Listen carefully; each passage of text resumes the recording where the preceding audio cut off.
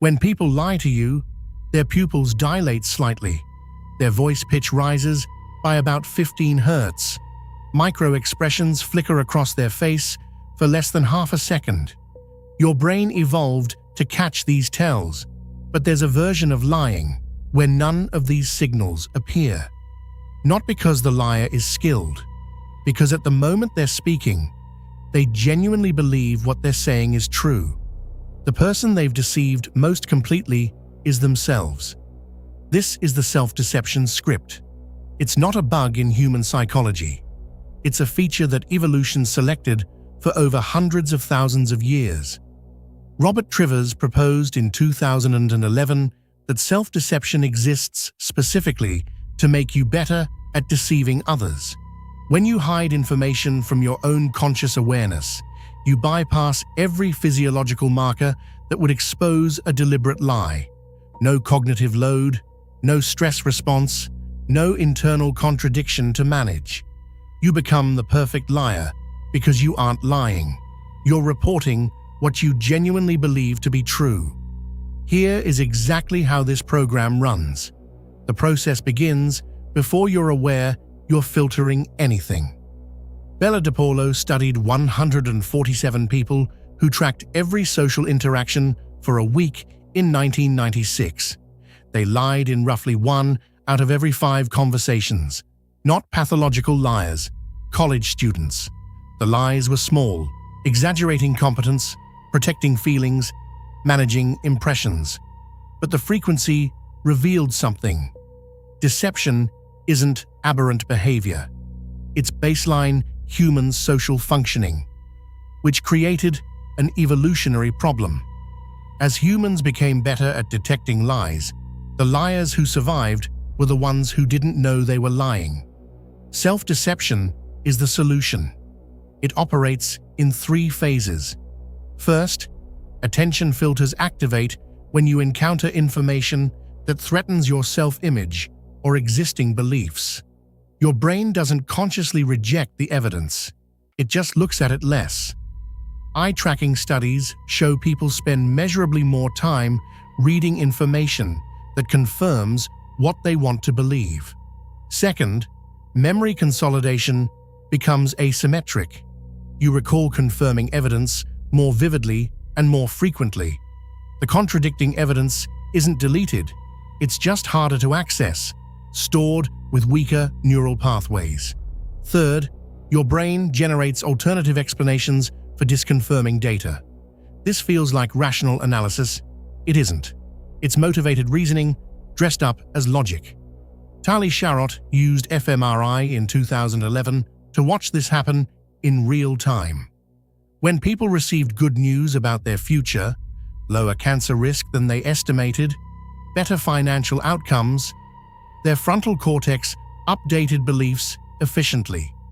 When they received bad news, the same region showed reduced activity. The brain was literally preventing the information from being integrated.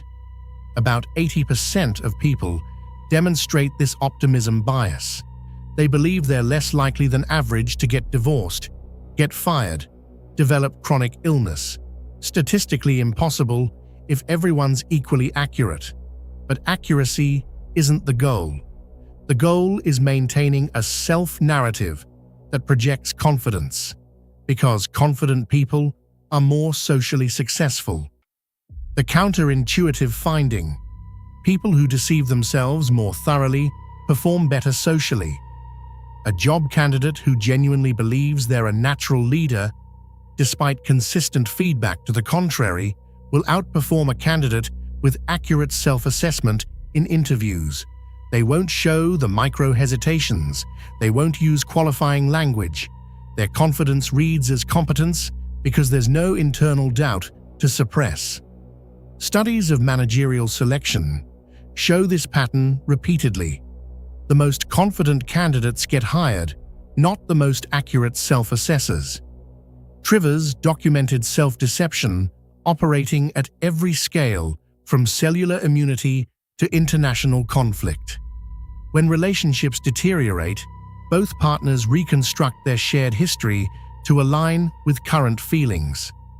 Someone seeking divorce will genuinely misremember positive early experiences as having warning signs they should have noticed. They're not strategically rewriting history. Brain imaging shows they're accessing what feels like authentic memory. The original memory isn't deleted. It's inaccessible. The new memory feels equally real because the neural signature is identical. This happens in collective contexts too. Groups deceive themselves about risks they're taking, competencies they possess, threats they face. Financial bubbles involve thousands of sophisticated investors simultaneously believing that this time the fundamentals are different. Not because they're stupid, because self-deception is contagious. When everyone around you believes the optimistic narrative, your brain treats social consensus as evidence.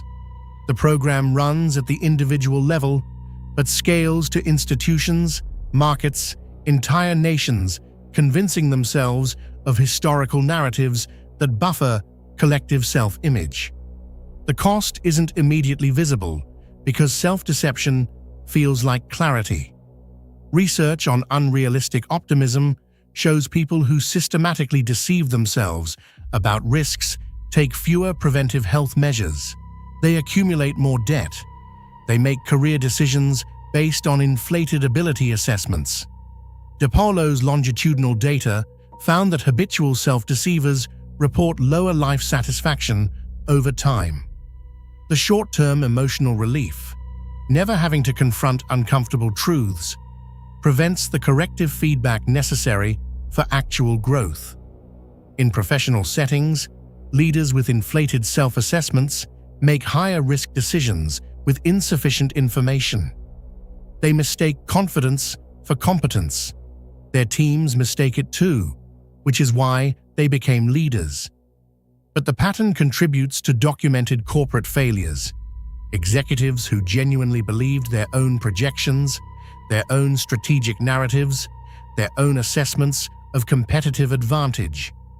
The self-deception was so complete that warning signs from subordinates were interpreted as lack of vision rather than valid concerns. The collective costs scale further. Societies deceive themselves about resource depletion, systemic risks, long-term consequences of present behavior, not because the information is hidden, because accepting it would require revising deeply held beliefs about progress, capability, control. The program that helped individuals win status competitions 10,000 years ago now operates in contexts where the stakes are existential but the neural mechanisms remain unchanged. The research on reducing self-deception is not encouraging. Cognitive behavioral therapy can increase awareness of specific biases, recognizing when you're filtering evidence in one domain. But meta-analyses show the effects are modest and don't transfer.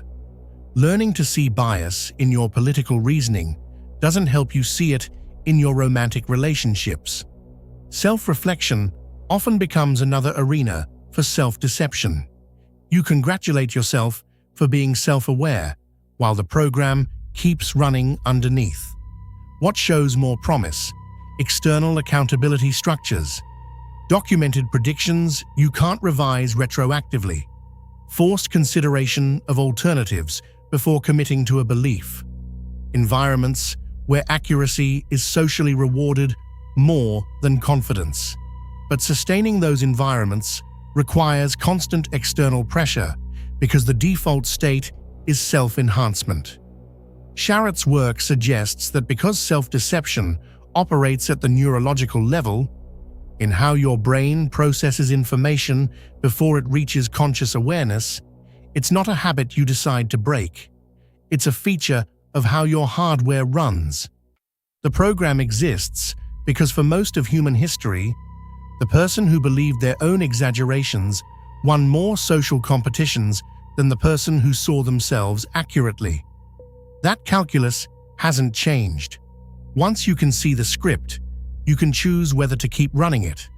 But choosing requires knowing that what feels like clear perception is often the most sophisticated lie you'll ever tell. Next time, we're opening the file on why you stay in situations you know are destroying you. The loyalty program that mistakes endurance for virtue. Once you can see the script, you can choose whether to keep running it. I'll see you in the next file.